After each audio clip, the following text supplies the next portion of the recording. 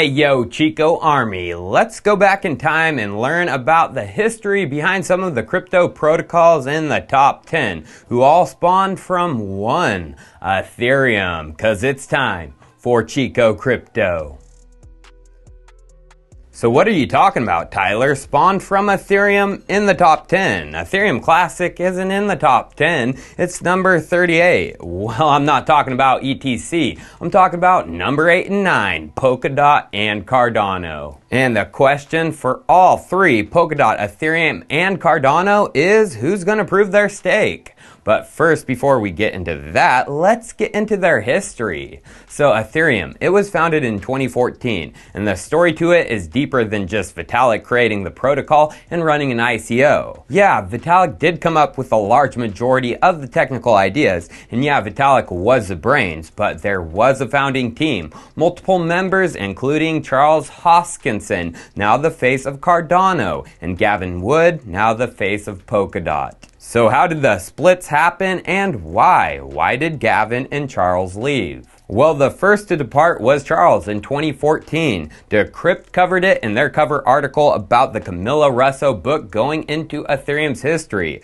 The Infinite Machine. Decrypt said, but Russo said, the most important moment in shaping Ethereum going forward in the early days was deciding that it would be a non-profit foundation. Some of Ethereum's founders, most notably then CEO Charles Hoskinson, wanted to build a company on the open source protocol, a crypto Google, as some interviewees described it to Russo. Others, particularly Buterin and his early collaborator Mihai Alisi, were more inclined towards a non-profit. A fateful meeting in Zug in 2014 sealed the platform's destiny, and Russo stitches together the multiple accounts to paint a tense, emotionally challenged situation that led to the departure of Hoskinson and Amir Chetrich.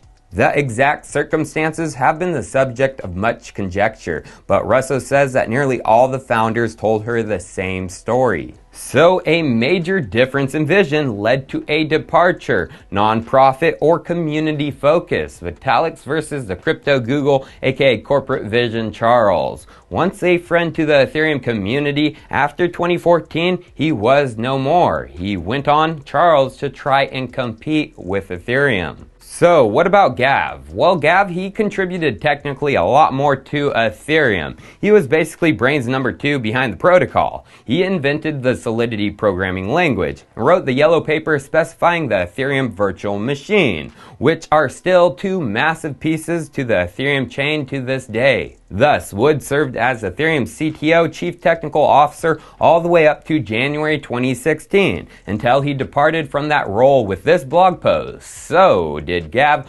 leave the ecosystem after this? Well, actually no. Unlike Charlie, Gavin stayed within the Ethereum ecosystem. He started his own ether tech and infrastructure companies, including Parity. He's contributed since 2016 to countless developments and infrastructure improvements. Even today, 4 years since his departure, his Parity Ethereum client, which is now Open Ethereum, is the second largest Ethereum client, which the two combined make up 15% of total clients used in the Ethereum ecosystem. And ain't it a skidamarinka-quinka-dink that Charles has a client of his own within that pie chart, too, way down in the list, with only 9 Ethereum nodes running the client, Mantis. So here's a nice place where you can make a distinction between the two, Gavin and Charles, the clients the two have built, and what exactly was the goal of each client. Gavin's Parity, aka Open Ethereum, versus Charlie's Mantis. Well, just based on developer and nodal support, Gavin's Parity is much more liked within the Ethereum ecosystem, as it controls much more of the pie. And many of you would say, but Charles is working on Cardano, what the freak is Mantis? An Ethereum client? Well, actually no, but yes. It was made as an Ethereum Classic client. Back in 2017, August to be exact, right in the middle of the hype, the Ethereum Mantis client was released. And you want to know what's hilarious about that? The client was even released before the ADA token, which got delayed and delayed again until September 2017. But that's here nor there. So Mantis, it wasn't made to help the Ethereum community. It wasn't made to help the Cardano community. It was made to hurt Ethereum and help the Ethereum Classic community.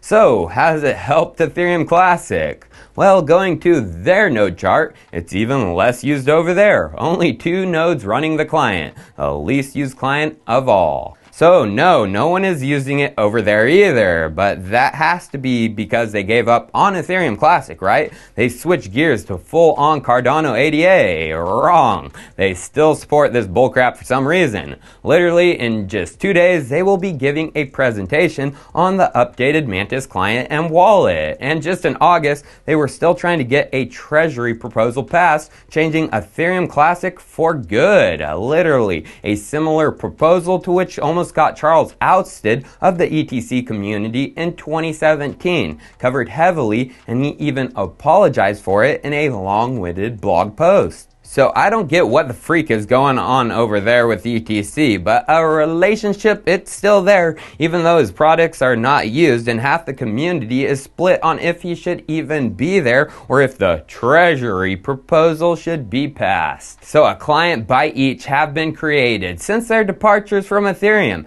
and Gavin Wood, he smokes Charlie in that domain. But the clients are just that, clients. They both also went on to do bigger things. In Gavin's departure blog post, he hinted at his. He said, "I'll be working to make the dream a reality as part of a sparkly new venture," which linked to his dream post, the precursor for Polkadot. And Charles went on to found IOHK, the precursor and development arm behind the chain Cardano, and this is why I said, who is gonna prove their stake? It's all about proof of stake, my friends, because here's a little history tidbit. Ethereum, when launched, was originally thought to be a proof of stake blockchain.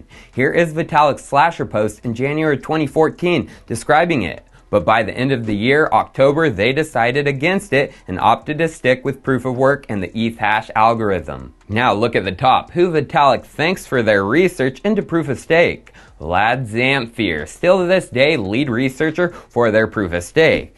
Now check out this blog post by Vlad about the history of Casper. Here we can see Vlad was taught Merkle trees by Vitalik in 2014. They submitted projects to a hackathon then, and Charles Hoskinson offered them the jobs as he was CEO at the time. So my question is this: was the departure of Charles only because of differences in business decision opinions, or did it come down to proof of stake? You look into the blog post from Vlad, it says May 2014 was the first time Vitalik expressed interest to him in proof of stake, and then as you can see, it was Charles that offered them the jobs the month before, April 2014. When did Charles Hoskinson leave Ethereum? According to Forbes, June of 2014. This all happened in a matter of months. Slasher, proof of stake, put forward by Vitalik, January of 2014. Vitalik and Ethereum team, including Charles, meet Vlad early April 2014.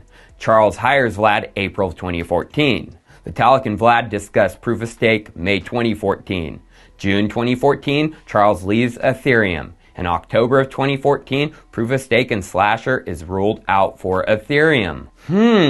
So there isn't much information about the true reason for the departure of Charles from Ethereum, so you can only theorize. But it's possible a contributing factor was Charles was pushing for proof of stake when Vitalik wasn't 100% sure about its safety, which would make sense as Charles, before coming to Ethereum, was part of the founding of another crypto protocol, BitShares in 2013, which used a delegated proof of stake consensus. And this reply by Charles on Reddit makes me think that could be true. 2 years ago, Charles replied to a post in the EOS subreddit, asking why he was always throwing shade at Dan Larimer, founder of BitShares and his new project EOS. Charles said stuff about their internal fighting, but he also said Dan accuses them of plagiarizing DPoS with Ouroboros. Like I said, it all comes down to the stake. Ouroboros is ADA's proof of stake consensus algorithm. And you may be saying about right now, how does Gavin Wood's Polkadot fit into all of this? Through Ouroboros, my friends. Polkadot's underlying consensus algorithm is called BABE, and as we can see from the Polkadot wiki, it says BABE, blind assignment for blockchain extension, is a block production mechanism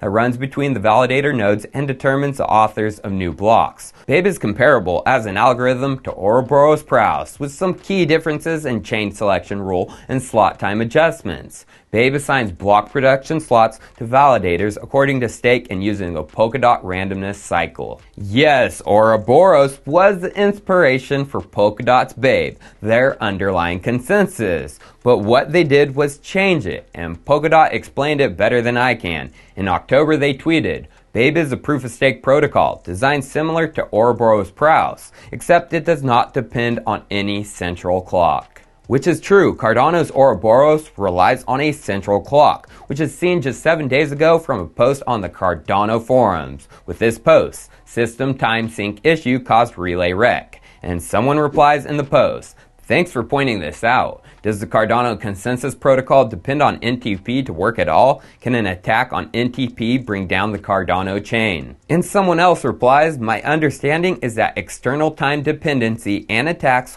will be solved with the move to Ouroboros Chronos. Yeah, the Chronos paper, it's out there, the research and some coding, but it's not implemented into the main Cardano chain. Papers, papers, papers, papers, papers. So out of these three, where do they all stand with their stake? Well, the similarities between the three, their staking chain, it's live, limited functionality with no smart contracts. So it's got to come down to decentralization. Who is the most decentralized? Well, the most centralized, it seems, is Cardano, as it relies on that central clock to this day, although it does have over 1,300 staking pools. In the middle, Polkadot, as of now, it only has just over 250 validators, less than Cardano, but it does not rely on a central clock. What about Ethereum? Well, it is the most decentralized, with over 25,000 active validators, and all be won in just a few days. So finally, regarding this stake, Ouroboros, Babe versus Ethereum's proof of stake with Casper finality, which one is better? Well, only one debate has gone down between Vitalik and Charles 2 years ago on Reddit. That is the only discussion between the three on this topic. The post was titled Vitalik's Allegations Against Ouroboros, and it referenced his alleged failings of Ouroboros he posted in the Ethereum subreddit back then. Well, old Charlie, he came to the defense, giving his thoughts, and then Vitalik did respond with his arguments and thoughts. But then it ends. Charles did not respond, and as you can see, Vitalik was just trying to understand it. He said below that, just wanting to understand, with no answer to that reply. Although someone does step in, Semi-Honest, who says they are one of Agello's students, the creator of Ouroboros. And as you can see, they agree with Vitalik's points, that they were valid attacks and points being brought up. So I'm no consensus algorithm researcher, I'm no developer, I just see and display with a dash of my own thoughts on what went down in history. My stake, it's going with the most decentralized, and that's Ethereum and Polkadot right now. Cheers, I'll see you next time.